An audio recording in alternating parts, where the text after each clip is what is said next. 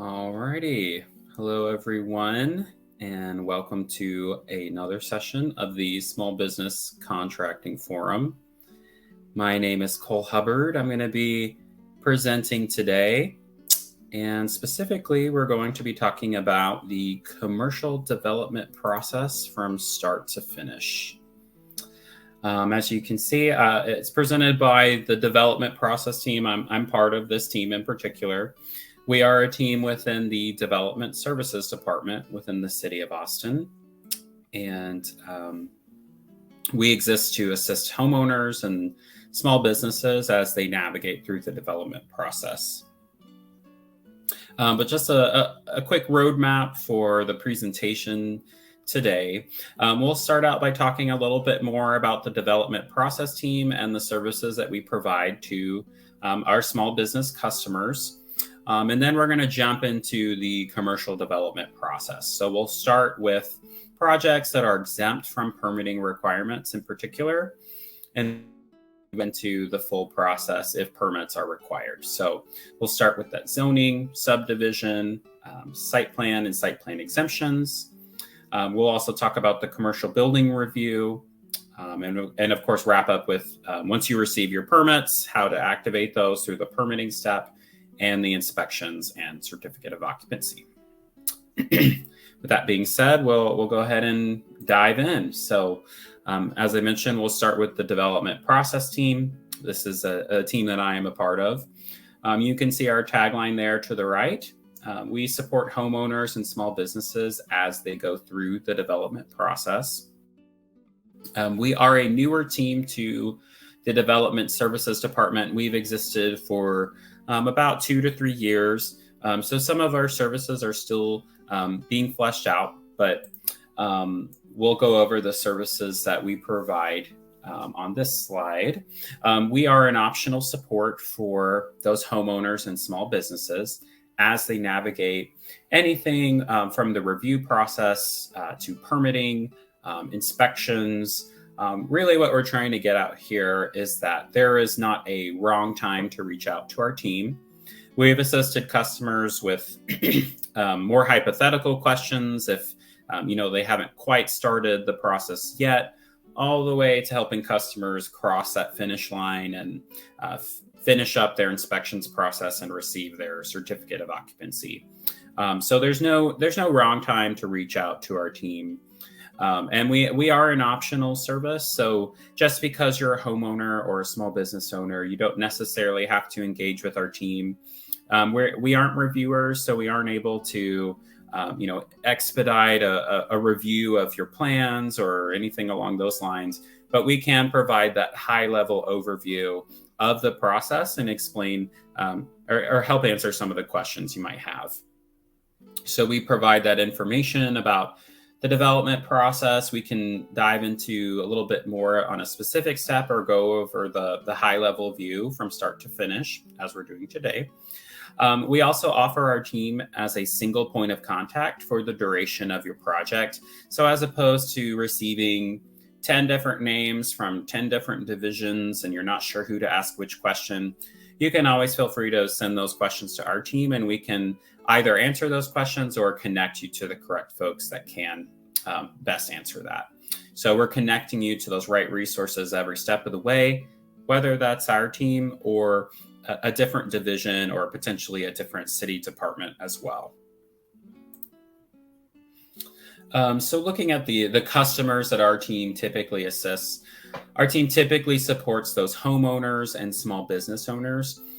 We've been asked before how we define what a small business is. There isn't a hard and fast definition, but broadly we are assisting those commercial customers that are non-development related. So, the restaurants, the coffee shops, retail, really any business that isn't related to development is a good candidate for our services. So it's those that are more unfamiliar with the development process. Another great way of deciding if our services might be right for you is if this is your first or maybe even second time submitting a development application and you have more general questions. And also our customers are going through the development process themselves. We do have some folks that come to our department and they just don't have the time or whatever it might be to go through the process themselves, and they have a hired agent to go through on their behalf.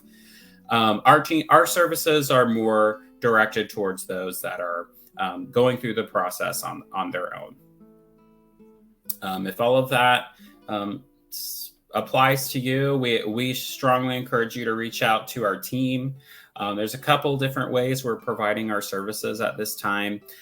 We have our phone here, 512-974-1040. Now that is a voicemail system, so we do encourage you to leave a voicemail and we'll give you a call back as soon as possible.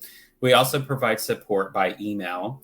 That email is developmentprocessteam@austintexas.gov. And we do provide both of these both of these services in both English and Spanish. So if you know a Spanish speaker that is also needing some process assistance, we encourage them to reach out as well. And of course, we have our website here, austintexas.gov/developmentprocessteam. There's also some great resources on there. But for now, we're going to go ahead and move forward into the main portion of the presentation, which is the commercial development process from start to finish. As I mentioned on the topic slide, there are certain projects that are exempt from the permitting process. So they're not actually in the flow of receiving permits. So we're going to talk about those first. So on this work exempt from permits, as the name implies, certain projects do not require any kind of permitting from our department. You can construct these on your own, and you won't need any kind of prior approval or anything like that. So some examples are fences that are not over 7 feet high, provided they're not in the flood hazard area. Any kind of finish work, painting, carpeting, cabinets, anything along those lines. And we do get quite a few questions about this third one here, the detached accessory structures. So these three examples here are specific to commercial properties. So just want to emphasize that here. But that last one is the accessory structure, as long as it's not greater than 120 square feet and not in the flood hazard area, then a permit is not required. Now, the third bullet there, the second bullet, your full scope of work must be listed in order to be exempt from permits. So what we mean by this is your full project must be fully described on this page in order to be exempt from permitting requirements. So for example, if I'm building that fence and it's not over 7 feet high, and I'm also installing some cabinets, then I don't need any permits. But if I'm doing those two, and let's say I'm building something else over here, and it's not quite exactly listed out on this work exempt from permits page, then a permit might be required. When in doubt, we ask that you confirm with staff. That's always the best route to go versus assuming something, and then later on in the process, it becomes a little more complicated and a little more expensive. It's always easier to confirm on the front end and save yourself the time and potentially the funds when it comes to work exempt from permits. We do have that page here, the work exempt from permits page. That'll be provided on the platform in that resources document. So we do encourage you to check that out if you have any questions. And of course, let us know if when in doubt, let us know, and we can certainly confirm if a permit is required or not. But let's say if my project is not listed on this page, that's whenever we go through the full development process. So you can see here that this is a commercial process in visual form. Most of them start in zoning and go over to the right all the way to commercial building review. We loop back down to the bottom to permitting, and of course inspections, and the finish line there is the certificate of occupancy or the permit approval. So today I'm just going to go over each one of these and answer some general definitions about what's expected in each step, and also provide some expectations on what folks are asking for and provide some resources along the way. So with that said, we'll go ahead and get started with zoning. So what is zoning? Zoning establishes the different types of land uses on a parcel of land throughout the city of Austin. So basically, zoning is creating compatible land uses, and it's also setting those design and construction standards as well. If you've pulled permits before, you've likely come across zoning. Basically, it's establishing whether a property is residential or commercial, and there's a few other zoning category types as well, but they typically, most of our customers are concerned about either commercial or residential. We do have a few resources that are going to be provided in that resources document.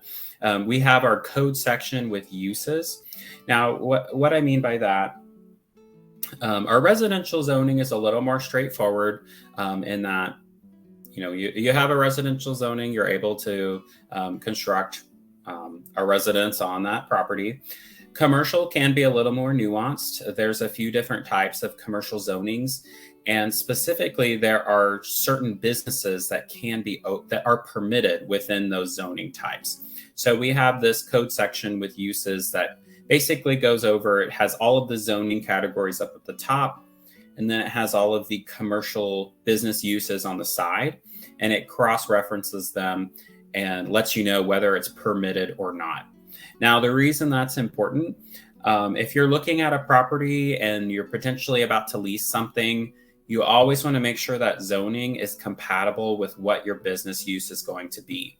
A good rule of thumb is that if you're going into a building, let's say if I'm opening a restaurant and I'm occupying a structure that used to be a restaurant, well, you're likely good to go.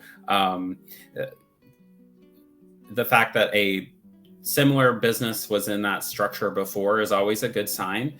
When in doubt, we ask that you please confirm with staff, because if the zoning is not compatible with your business use, then we have a couple of options here. We either have to go through a rezoning, which can be quite a long time and expensive, or we have to look at a different property. So it's always best to confirm first. So when in doubt, ask staff, make sure that that zoning is compatible with your business use before signing a lease or buying the property. So we do have our Development Assistance Center here. That's a division within the Development Services Department. They're typically the first stop for most commercial customers and can answer those zoning related questions for you. We are providing our services via appointment. So if you wanted to speak with this staff, I'll go over that slide at the end on how to get in touch with them in particular. But let's say I'm opening my restaurant. I've confirmed that the zoning is good to go. Now I'm going to move forward to the subdivision step. Now I will preface that the subdivision step affects a smaller amount of customers. Most customers do not go through this process, but I do want to touch on it just in case it's applicable to you either now or in the future. So what is a subdivision? A subdivision is required when a property owner within the city of Austin or the extraterritorial jurisdiction divides a tract of land into two or more parts. So if we're splitting a property into two, that would be a subdivision. Additional types of subdivision include combining legal lots. So if we're joining two lots together, or we're portions of lots into new lots by re-subdivision. So we're combining smaller pieces to create new lots. So as you might have gathered here, subdivision deals quite a bit with the boundaries of a property. We're looking at the lot lines. Essentially in the subdivision step, we're just verifying that the lot lines are recorded as per the county. Most of the time that is the case. So essentially a site is exempt from the subdivision process when it is a legal lot. That just means that the lot lines are recorded as per the county. We haven't done any dividing or splitting up the property. The legality of a lot can be verified using a couple of different tools that will be included in that resources document. But of course, we also have staff subdivision review staff that can also answer those questions as well. Again, this is more of a complicated step, so I'm just really brushing the top layer of what subdivision is. But if this does apply to you, we strongly encourage you to reach out if you have any questions. We can certainly dive a little bit deeper and also connect you to those subdivision review staff. But for most of us, the zoning and the subdivision in particular, as long as we confirm that the zoning is good to go, most commercial customers, the first step is this site plan and site plan exemption. So this is where we're actually going to start submitting things to the department and get these reviews going. So what is a site plan? A site plan is establishing how land is used. So residential, commercial, industrial, etc. It's very similar to zoning in that regard. So zoning does come into play when we're looking at the site plan step. And it's specifically looking at everything that's happening on the lot horizontally as opposed to vertically. Now, what I mean by this, a lot of times whenever customers are getting permits for projects, they tend to think about, if I'm building a shed in my backyard, that's the vertical. That is the actual structure that I'm putting up and constructing. However, the site plan phase is looking at how that new construction is affecting everything else on the lot horizontally. So I've included a couple examples here. We're looking at the transportation element. So how does it affect parking lots, driveways, roadway access, etc.? Also some environmental aspects. We're looking how it affects trees or landscaping, your impervious coverage. I did include an example of a site plan here just to kind of provide a context to this. So you can see we're on the fictitious ABC Road and XYZ Street.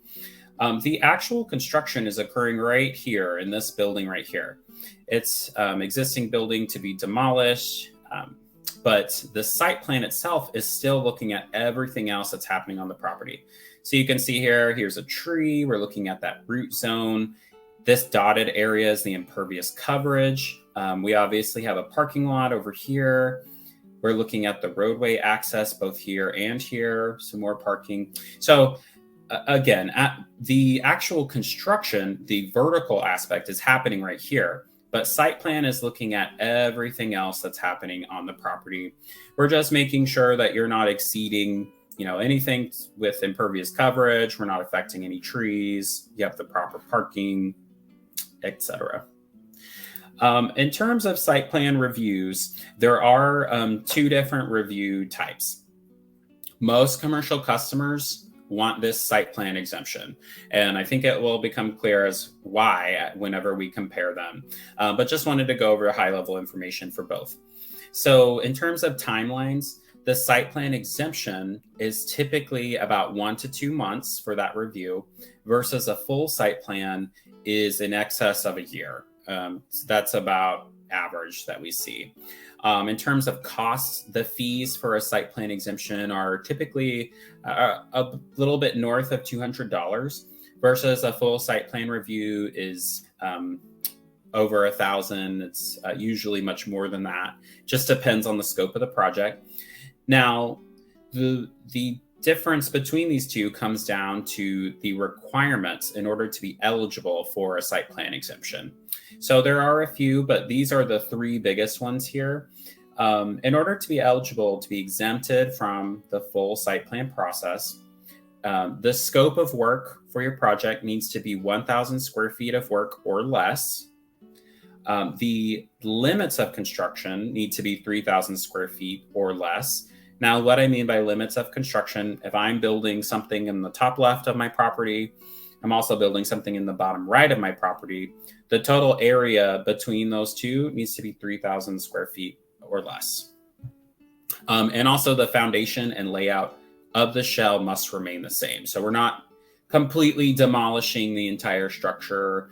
The shell kind of needs to remain the same in order to be eligible for a site plan exemption. If a project does not meet all of these requirements, then they're ineligible for the exemption and they need to go through the full site plan process. And in terms of questions for either one of these routes, we do have appointments available with staff in order to help clear up any questions that you might have. In the resources document, we'll include a link to the land use review page. And of course, as I mentioned, if you have any questions about either a full site plan or site plan exemption, we do have appointments available with our Development Assistance Center staff. Now that is the same team that can answer questions about zoning. So they are generally our first stop for most commercial customers. They're a great resource and can help answer a lot of these initial questions. But let's say, so for my restaurant, my zoning is good. I've confirmed my lot lines are good through the subdivision step. I've submitted my site plan or site plan exemption, and now it's been approved. And now I can move forward to the commercial building review portion of the review process. So what is commercial building review? So as opposed to the horizontal review that we just looked at in land use review or with site plans, the commercial building review looks at that vertical or the actual structures that are being constructed. So now we're actually looking at what are the specific changes we're making to the property, what are the new buildings, what are the alterations, and we're starting to review that portion specifically. Now, for commercial building review, there are two different options for having your plans reviewed. We have standard commercial review and expedited commercial review.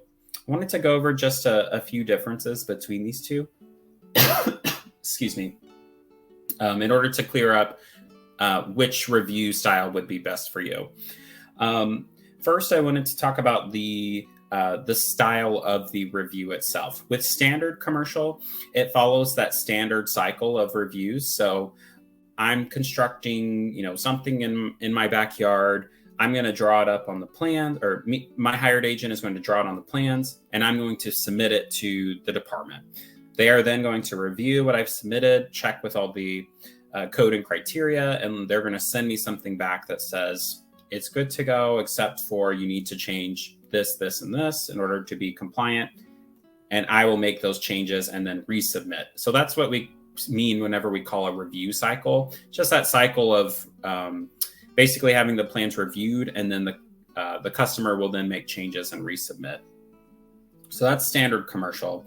Expedited is more of a work session with city review staff. So you're actually bringing the plans in, you're bringing in your design professionals, and you're sitting down with city review staff, and they're opening the plans together and making edits in a work session. So kind of a different review style there. They're using the same code and criteria. There's not any difference there. It's just a difference in the review style. The review times for standard commercial depend on the project scope. So the smaller the project is, typically the quicker the review.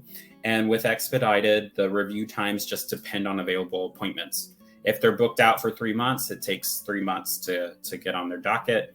Or if they have no appointments at all, then you can be seen more immediately. Just depends on their current workload.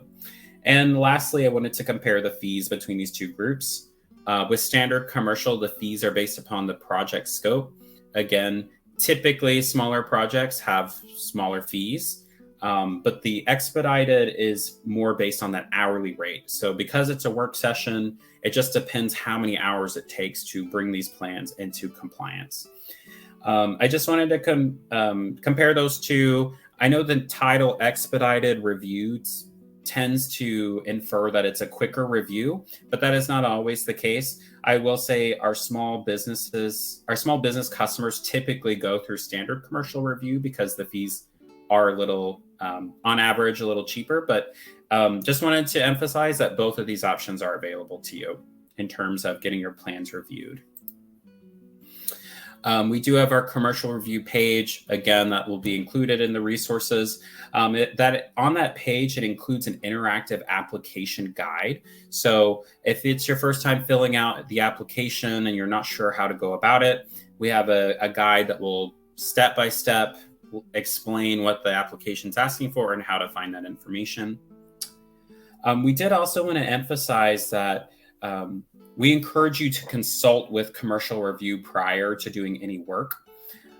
We encourage this because we do have quite a few customers that start a project or they submit plans without really talking to staff and understanding what all is going to be required from this specific project. So it's really just to ensure that our customers have proper expectations of what the process will be like and what they can expect moving forward. And also wanted to emphasize that at this step, there is an expectation for hiring a design professional. So that's your architect or your engineer, whoever is designing the plans for the property. So that would be our commercial review portion. So again, I've submitted my site plan or site plan exemption. That's been approved. I've moved forward to commercial building review. I've chosen either standard commercial or expedited. And I've had my plans reviewed. We've gone through that process. Once my plans are now approved, that's whenever permits are actually issued. So we've submitted both the site plan and the commercial building plans before we actually get to any permits. So once those permits are generated, that's when we enter the permitting phase of the process. So again, once those plans are reviewed and approved, permits will need to be linked, activated, and paid on the ABC portal. So our ABC portal is essentially our online suite. You can access all of the permits that are linked to your account, pay for those permits. You can schedule inspections. They're continuing to build it out to be to allow customers to do more with it. But this would especially come into play at this portion of the process. I did want to emphasize that there are times when commercial customers are only doing, let's say, like only doing electrical work, or they're only doing plumbing work, so they only need that one trade permit. You would be able to jump straight ahead to this permitting phase. So we wouldn't need a site plan, we wouldn't need commercial building plans if it's a standalone trade permit. Now, if staff takes a closer look and they determine, okay, we're doing some electrical work, but we're also touching on some plumbing over here, they're going to send you back to the beginning of the process. So when in doubt, if you're not sure if it's a standalone trade permit or not, be sure to confirm with staff before submitting that application. Could save you quite a bit of time in the process. If we have any expired permits on the property, so we need to reactivate or withdraw those permits, we would do that during this step as well. If you wanted to take a look at the permit history for a property, could be your own or one that you're potentially leasing or buying, you can find that through the ABC public search and take a look and see if there's any expired permits or really just the permit history in general. We have our service center page as well with a lot of great information on permitting. We do have a new web form in particular that if you need to do any of the items listed here on this slide, we have an interactive web form that walks you step by step on how to accomplish that. It provides you the resources, the applications, just whatever might be required, and you submit it all in one place. We've heard from a few customers that are pretty pleased with that web form so far, so we're pretty excited about it. But that'll be included in the resource document as well. So once I've had permits generated for my property, I've paid for and activated those permits. Now we can begin construction, and the inspections portion can begin. So regarding inspections, the inspections occur to verify that the proposed project from the plans are being built exactly based on what was approved. So our inspectors are making sure that everything's being built. We're not adding a little extra something over here to the side. The inspector will make sure that it's being built exactly according to what was approved. So once those permits are paid for and activated, the inspections phase can begin. We do make this distinction here that questions about the construction itself are best answered by your hired contractor. So if you have any kind of questions on how exactly something will be built or the ins and outs of that construction, we do recommend that you speak with your contractor regarding those. But questions related to the inspections order of process, those can be answered by your assigned inspector, and they're happy to go over that process for you. Also included in the building inspections resource page, in the resources that will be provided, we're going to include our building inspections page. There's a lot of great resources on this page in particular, including the Find My Inspector tool. So you basically put in your address and it's going to come up with all of the assigned inspectors for that property, including all of their contact information. We have the top 10 tips for a successful inspection. If you need steps on how to schedule inspection, that's included on this page. We also have flow charts, just a lot of great information on this page in particular. But we do encourage you to work with your assigned inspector that's identified through that Find My Inspector tool if you do have inspections questions in particular. But basically, through that inspections phase, we are working up to that final inspection. So once I reach that final inspection and I pass it, that's whenever we get to the certificate of occupancy or that permit approval. This is just sort of our victory lap or our finish line here. So what is a certificate of occupancy? A lot of times our department will abbreviate it CO. So if you hear that when talking to staff, that's what they're referring to. This document is provided by the city that proves a structure is habitable on its legal use and it meets all housing and building codes. And as I mentioned, it's provided upon that successful final inspection. You can request a CO through a couple different ways. One is through email at DSD certificate of occupancy at austintexas.gov. Or if the CO is issued after August 9th, 2019, those are actually publicly available through our ABC portal. So as I mentioned, all the resources that we kind of touched on, those will be provided to you. I did divide it up based off of which step you're in. So let's say if you have zoning questions in particular, you can go straight to those that are marked with zoning and provided a little description there to the side. So hopefully this resource list will be useful to you all. And also I wanted to hit on this as well. Our department is providing services based off of appointments. So I included the appointment link here. Based off of the way the scheduler is, we have our appointment category first and then our appointment type. So really all of this is to say, if you have, let's say if you wanted to meet with our team, you would select this on the category, development process assistance, and then you'd select the appropriate type. But we have that based off of zoning, subdivision, site plan, all the way down the line. So if you have any questions at all about a particular phase of the process, this appointment would be the best way to get in touch with staff to help get those questions answered. With that said, that is the kind of crash course on the commercial development from start to finish. So I want to thank you for your time and hopefully answer some questions.